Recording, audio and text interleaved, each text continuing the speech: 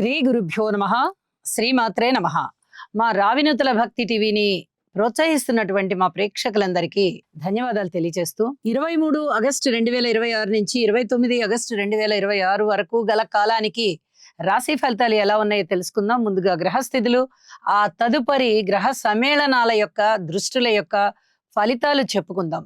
మిథున రాశిలో కుజుని సంచారము, అలాగే గురువు గారు ఉచ్చ స్థానంలో ఉంటూ, రవి స్వస్థానంలో ఉంటూ, బుధ కేతువులతో కలిసి, శుక్రాచార్యుల వారు నీచలో ఉంటూ, చంద్రుడు ధనస్సు రాశిలో ఉంటూ, రాహు గారి యొక్క స్థితి కుంభరాశిలో ఉంటూ, శని గారి యొక్క స్థితి మీన రాశిలో వక్రించి ఉంటూ ఉండగా, వారాంతంలోకి వెళ్ళేటప్పటికీ ఇక ఏ గ్రహాల యొక్క స్థితి సంచారాలు మారలేదు, కానీ చంద్రుని యొక్క సంచారం మటుకు రాహు గారితో కలిసి కుంభరాశిలో ఉన్నది అని చెప్పి తెలియజేస్తున్నాను.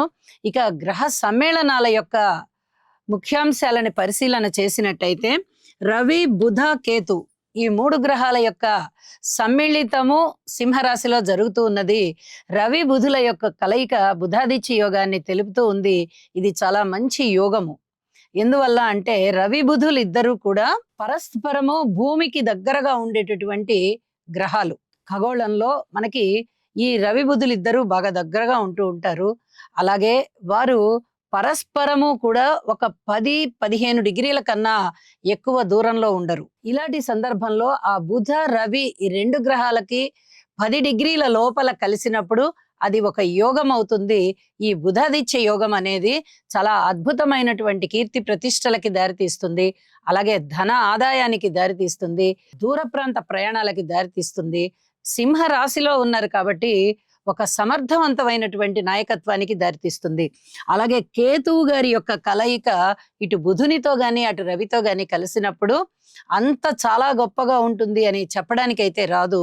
ఈ కేతువు గారికి కొంచెం జపాలు గాని లేదా స్తోత్ర పారాయణాలు గాని చేసుకోవడం చాలా చాలా మంచిది అని చెప్పి తెలియచేస్తున్నాను. ఇక ఈ 3 గ్రహాల మీద ఉన్నటువంటి రాహు దృష్టి కారణం చేత పితృవంశ దోషాలు ఎవరికైతే జన్మజాతకంలో ఉంటాయో వారు రవి రాహు జపాలు చేసుకోవడం అనేది చాలా మంచిది అని చెప్పి తెలియజేస్తూ ఉన్నాను. అలాగే శని గారి యొక్క సప్తమ దృష్టి శుక్రాచార్యుల వారి మీద ఉంది. అలాగే కుజుని యొక్క చతుర్థ దృష్టి కూడా శుక్రాచార్యుల వారి మీద ఉంది. ఇది అసలు ఏమాత్రం మంచిది కాదు. దీని మీద మనం స్పెషల్ ఎపిసోడ్స్ కూడా చేసుకొని ఉన్నాము. శుక్రాచార్యుల వారు చాలా మంచి శుభగ్రహం, అద్భుతమైనటువంటి గ్రహం. కానీ వారి మీద ఈ కుజ శనిల యొక్క దృష్టి ఎప్పుడైతే పడుతోందో మనసు కలుషితం అయిపోయేటటువంటి పరిస్థితి, ప్రవర్తన కలుషితం అయిపోయేటటువంటి పరిస్థితి, అనారోగ్యాలు, అపనిందలు, అవమానాలు, అలాగే ప్రమాదాలు. ఈ అనారోగ్యాలలో కూడా ఎక్కువగా యూరినరీ ప్రాబ్లమ్స్, ఆ ప్రదేశానికి సంబంధించినటువంటి ప్రాబ్లమ్స్ కూడా చాలా ఎక్కువగా ఉండడము, అపనిందలు, స్త్రీలతో తగాదాలు, ప్రేమ వ్యవహారాలు వికటించడము, అనుకోకుండా వివాహం జరిగిపోవడము, మంచి చెడు చూసుకోకపోవడము, కులాంతర వివాహాలు, మతాంతర వివాహాలు, ఇలాంటివన్నీ కూడా చాలా చాలా ఇబ్బంది పెట్టేటటువంటి పరిస్థితులు ఉంటాయి. అలాగే వైవాహిక జీవితంలో కూడా భార్యాభర్తలు చాలా దూరంగా ఉండేటటువంటి పరిస్థితి కనిపిస్తూ ఉంటుంది. వైరాగ్య భావనలు ఎక్కువగా ఉండడానికి అవకాశం ఉంది.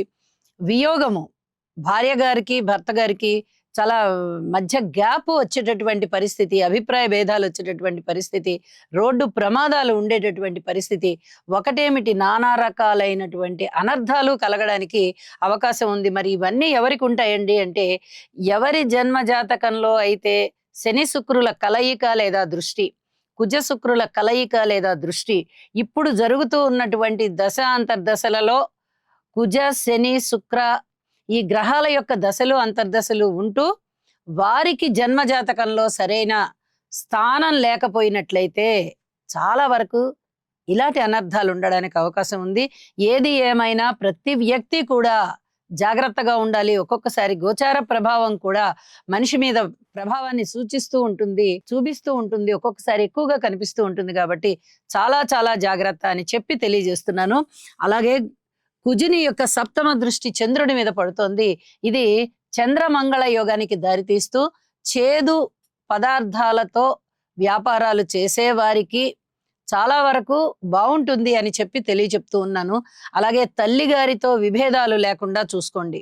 ఎంత ప్రేమతో ఉండేవారికైనా తల్లిగారి పట్ల కొంచెం విభేదాలు వచ్చేటటువంటి పరిస్థితి కనిపిస్తోంది. మాతృమూర్తి కాబట్టి ఏమాత్రము ఎదిరించకుండా తల వంచి వినయ విధేయతలతో ఉండడం చాలా చాలా మంచిది. అలాగే గురువు గారి యొక్క నవమ దృష్టి శని గారి మీద పడుతూ ఉంది. ఈ దృష్టి కూడా చాలా మంచిది. కాబట్టి ఈ శని గారి యొక్క దోషాలు ఎవరికైతే ఉన్నాయో మీనరాశిలో సంచరిస్తూ ఉన్నప్పుడు ఆ స్థానాన్ని బట్టి ఏ రాశి వారికైతే ఉన్నాయో అవి చాలా వరకు తగ్గడానికి అవకాశం ఉంది. కానీ ఈ శని గారి యొక్క దృష్టి శుక్రాచార్యుల వారి మీద ఉండేది మటుకు తగ్గదు. అది చాలా జాగ్రత్తగా ఉండాల్సిందే. గురు దృష్టి శని మీద ఉంది కాబట్టి శని గారి యొక్క ఫలితాలు దుష్ట ఫలితాలు తగ్గుతాయి. కానీ శని గారి దృష్టి శుక్రాచార్యుల వారి మీద ఉన్నప్పుడు ఆ దృష్టి దోష ఫలితాలు అయితే ఏమాత్రము తగ్గవు అని చెప్పి తెలియచేస్తూ ఉన్నాను. ఇక వారాంతంలోకి వెళ్ళేటప్పటికి రాహు చంద్రునితో కలిసి ఉన్నారు. ఇది కొంచెం మానసికమైనటువంటి అలజడికి దారి తీస్తూ ఉంటుంది. దుర్గామ్మ వారికి స్తోత్ర పారాయణాలు చేసుకోవడం చాలా చాలా మంచిది అని చెప్పి తెలియజేస్తూ ఇక రాశి ఫలితాల్లోకి వెళ్దాము. ధనస్సు రాశి. ధనస్సు రాశి వారికి ఈ వారం రోజుల కాలాన్ని పరిశీలన చేసినట్టయితే రాశిలో ఉన్నటువంటి చంద్రుడు బాగున్నారు, తృతీయంలో రాహు గారు బాగున్నారు, అలాగే దశమ స్థానంలో శుక్రాచార్యుల వారు బాగున్నారు. మరి మిగతా గ్రహాల మాట ఏంటండి అంటే మిగతా గ్రహాలన్నీ వ్యతిరేకంగానే ఉన్నాయి. ఈ 3 గ్రహాల అనుకూలతల గురించి మనం ఈ 3 గ్రహాల అనుకూలతల గురించి చెప్పుకోవాలి అంటే ఇంట శుభకార్యాలు జరగడానికి అవకాశం ఉంది. అలాగే 10 మందిని కలుపుగోలుతనంగా వెళ్తారు, 10 మందితో కలిసిమెలిసి ఉంటారు, అన్ని రకాలుగా అందరితో కలిసిపోయి మంచి పేరు ప్రఖ్యాతులు తెచ్చుకుంటారు. భార్యాభర్తల మధ్య మటుకు కాస్త విభేదాలు వచ్చేటటువంటి పరిస్థితి కనిపిస్తోంది. ఈ విషయంలో చాలా జాగ్రత్తగా ఉండాలి. పితృవర్గ రీత్యా కూడా కొంచెం జాగ్రత్తలు పాటించుకుంటూ వెళ్ళాలి. అన్నదమ్ముల సహాయ సహకారం బాగుంది, కుటుంబ జీవితం బాగుంది.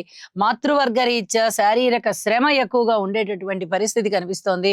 ఉద్యోగ జీవితంలో చాలా వరకు మీ మీద అదనపు బాధ్యతలు పడేటటువంటి పరిస్థితి కనిపిస్తోంది.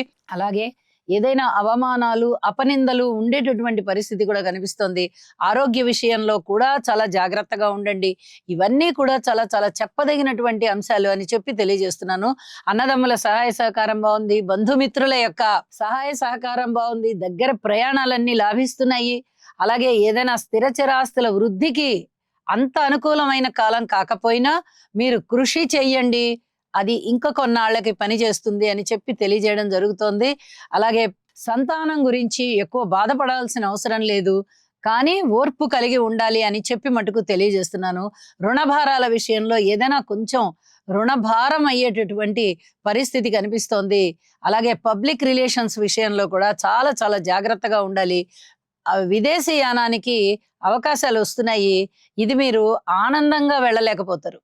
అరే నేను నా బంధువుల్ని, నా మిత్రుల్ని, నా ఇంటి కుటుంబ సభ్యులందరినీ వదిలిపెట్టి వెళ్ళాలే అనేటటువంటి కొంచెం ఆ మానసిక భావనకి లోనయ్యి ఒక విధమైన దిగులుతో వెళ్లాల్సిన పరిస్థితి ఏర్పడేటట్టుగా కనిపిస్తోంది. అయితే వెళ్ళిన తదుపరి సెప్టెంబర్ 3 తరువాత నుంచి మీకు చాలా వరకు పరిస్థితులు అనుకూలిస్తాయి. అది కూడా మీరు దృష్టిలో పెట్టుకొని ఇప్పుడు ఉత్సాహాన్ని తెచ్చుకోండి అని చెప్పి తెలియజేస్తున్నాను. ఉద్యోగ జీవితం చాలా భారం అయ్యేటటువంటి పరిస్థితి, కొంతమంది విషయంలో అయితే ఉద్యోగాలు మారేటటువంటి పరిస్థితి కూడా కనిపిస్తోంది అని చెప్పి తెలియజేస్తున్నాను. స్త్రీల విషయంలో హనుమాన్ చాలీసా చదవండి. విద్యార్థుల విషయంలో దక్షిణామూర్తి శ్లోకాలు పఠించండి, హయగ్రీవ స్తోత్రాలు కూడా పఠించండి. చాలా వరకు అనుకూలత వస్తుంది. అలాగే ఆరోగ్య విషయంలో కూడా జాగ్రత్తగా ఉండండి. కార్మికులు, కర్షకులు, నేత పనివారు, చేతి వృత్తుల వారు ఇత్యాది వారికి కొంచెం అనుకూలతలు అయితే కనిపిస్తూ ఉన్నాయి. కానీ ధనము మీ చేతికి వచ్చే విషయంలో ఆలస్యంగా వస్తుంది అని చెప్పి తెలియజేస్తూ ఉన్నాను. ఇక వారాంతంలోకి వెళ్ళేటప్పటికి ఇంకా ఏమైనా మంచి పరిస్థితులు ఏమైనా ఏర్పడుతున్నాయా అంటే తృతీయ స్థానంలోకి చంద్రుడు వెళ్ళి మరింత అనుకూలతలని ఇస్తూనే ఉన్నారు. అయితే రాహుతో కలిసి ఉన్న కారణం చేత మానసికమైన దిగులు మీకు వచ్చేటటువంటి అవకాశం కనిపిస్తుంది. అంత దిగులు పడాల్సిన పని అయితే లేదు. 2.5 రోజు మాత్రమే చంద్రుని సంచారం ఉంటుంది కాబట్టి యోగా చేసి మనస్సుని సంయమనం చేసుకోండి. చంద్రుని స్థితి మారిపోతుంది. మరి ఒక రోజుకే మీకు ప్రశాంతత వస్తుంది అని చెప్పి తెలియజేస్తున్నాను. యోగా చేయడము, గురుగ్రహ స్తోత్రాలు పఠించడము, దక్షిణామూర్తి శ్లోకాలు పఠించడము, మౌనంగా ఉండడము చేయడం ద్వారా చాలా వరకు అనుకూలతలని సాధిస్తారు, అభివృద్ధిని సాధిస్తారు అని చెప్పి తెలియజేస్తూ శుభం.